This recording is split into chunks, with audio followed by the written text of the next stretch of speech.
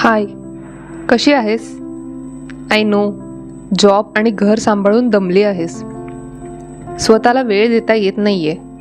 शरीर आणि मन दोन्हीच्या स्वास्थ्याचं संतुलन बिघडत चाललं आहे. दमछाक होती आहे सगळ्या अपेक्षांचं ओझं वाहताना, हो ना?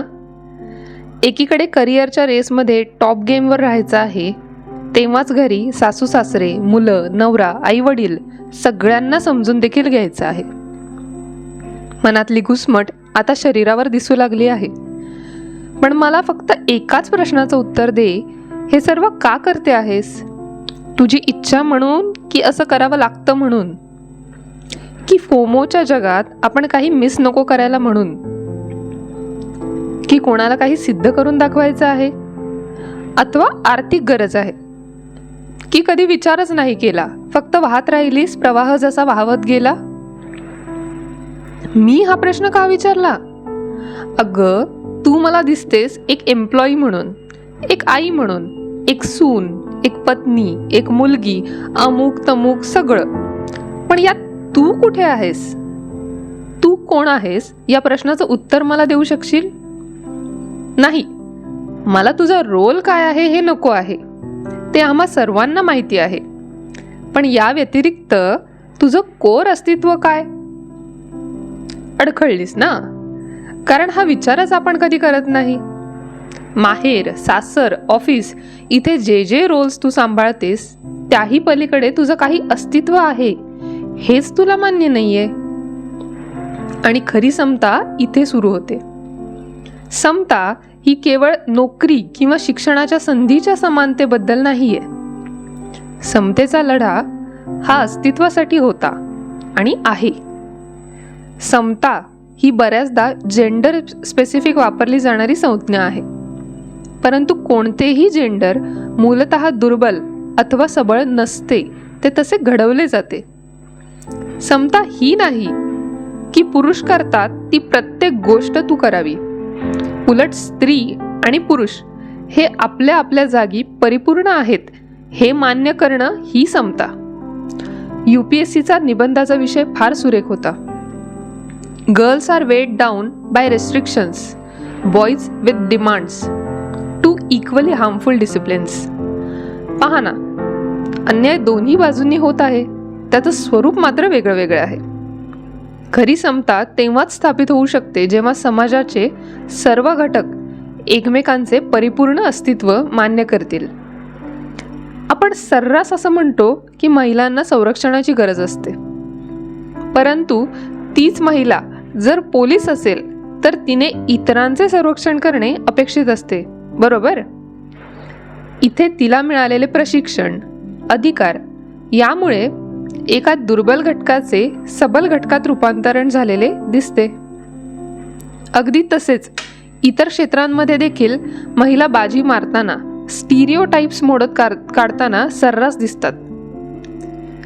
पण एक गोष्ट लक्षात घे, हे स्टिरिओटाइप्स मोडणं किंवा पुरुषांची बरोबरी करणं हा समतेचा खरा उद्देश नाहीये. ते एक प्रकारचे माध्यम जरूर आहे, परंतु स्त्रीचं माणूस म्हणून अस्तित्व मान्य करणे, तिला तिच्या इच्छा आकांक्षानुसार घडू देणे ही खरी समता. ती निर्णयांसाठी कोणावर अवलंबून नसावी. तिला तिचे निर्णय घेण्याचा हक्क असावा. तिने घेतलेल्या निर्णयांचा आदर व्हावा. तिची ओळख ही तिच्यापासून सुरू व्हावी. असे अनेक पैलू यात आहेत. स्वतःच्या इच्छेविरुद्ध बनलेली IAS अधिकारी देखील मग समतेची अनुभूती नाही घेऊ शकत. परंतु स्वतःचे निर्णय सक्षमपणे घेणारी एक आदिवासी स्त्री देखील माझ्या दृष्टीने अधिक स्वतंत्र असेल. समता ही केवळ आर्थिक दृष्टीने किंवा रोजगाराच्या दृष्टीने आपण नाही पाहू शकत. एखादी गृहिणी जेव्हा मला नाहीये सध्या जॉब करण्याची इच्छा म्हणून आनंदाने घर सांभाळते, तेव्हा ती देखील स्वतंत्र असते हे आपण पाहायला हवं. पण आजही स्त्री ही बहुतांशी तिच्या सामाजिक रोल्सवरूनच ओळखली जाते. त्यामध्येच ती आणि समाज तिचे पूर्णत्व समजतात. पिता रक्षति कौमारे, भर्ता रक्षति यौवने, रक्षन्ति स्थविरे पुत्रा न स्त्री स्वातंत्र्यम अर्हति. पहा ना, आत्ता पण आपण यापासून फार पुढे नाहीये येऊ शकलो. हे दाहक वास्तव आहे. स्त्रीला एक स्वतंत्र व्यक्तिमत्व म्हणून आपण कितपत पाहू शकतो यात शंका आहे. कोणत्याही टॅक्स रिटर्नची देखील जितकी स्क्रुटिनी नसेल होत एवढी तिची केली जाते. ही मुलगी कोण आहे, माहेर कोणतं, सासर कोणतं, मुलं किती, नवरा काय करतो, नवरा जिवंत आहे का, एक ना अनेक असे प्रश्न तिचं अस्तित्व ठरवतात. तिची एक माणूस म्हणून ओळख अधिकच पुसट होत जाते. एका स्त्रीचं अस्तित्व कधीच तिच्यापुरतं मर्यादित दिसत नाही. तिची ओळख तर नाहीच, परंतु तिचं आयुष्य देखील त्याच कोशात गुरफटलेलं असतं.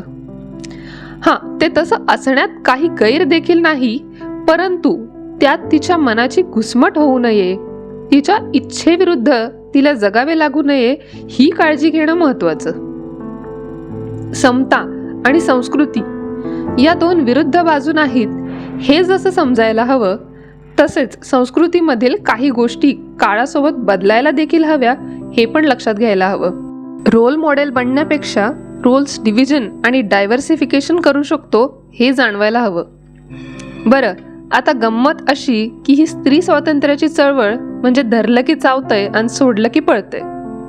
पूर्ण मनाने त्यात उतरता येत नाही आणि मनाची जोखडं अजून बाजूला सारता देखील येत नाही. पण आता श्वास देखील कोंडतोय, मोकळं अवकाशही खुणावतं आहे. निसर्गाने दिलेली पहिली देणगी म्हणजे स्वातंत्र्याची निसंशय ओढ. ती नेहमीच राहणार. फक्त मेघ ही की स्वतःचं अस्तित्व पुन्हा कसं मिळवायचं? कदाचित याचं उत्तर कोणालाच अजून पूर्णपणे उमगलेलं नसावं. बिट्स अँड पीसेसमध्ये कित्येक जणी प्रयत्न करत आहेत. काहींनी आपल्या छंद आणि आवडीनिवडी यात आपलं अस्तित्व शोधलं, तर काहींनी आडनावाचा त्याग करून फक्त माझं नाव हीच माझी ओळख हे स्वीकारलं. न्यूझीलंडच्या माजी पंतप्रधान जेसिंडा आर्डन यांनी स्त्रीत्वाची ओळख पुसून न टाकता त्यांच्या लहानगीला संसदेत सोबत नेऊन तिला सांभाळत संसद आणि युनायटेड नेशन्स गाजवले. तर कोणाला आपलं अस्तित्व गड किल्ल्यांमध्ये, डोंगर दऱ्यांमध्ये सापडलं. जणू काही आपण इथलेच आहोत, चुकून कुठे दुसरीकडे गेलो की काय असं त्यांना भासलं. काही जणींना धुंद बीट्सवर थिरकताना स्वची अनुभूती मिळाली, तर कोणाला बासुरीच्या मोहक सुरावटीमध्ये. प्रश्न हा नाहीये की कसं आणि कुठे शोधायचं, माध्यम दुय्यम आहे इथे. मुख्य तर आहे स्वातंत्र्याची ओढ, स्वातंत्र्याची आस. मला स्वतःला शोधायचं आहे, किंबहुना हरवायचं नाहीये हे उमगणं महत्वाचं. नाहीतर रहाट गाडग्याप्रमाणे आपण काळासोबत चालून स्वतःच्या आयुष्याची चाल मात्र गमावून बसू. आणि हीच समतेची खरी कसोटी आहे.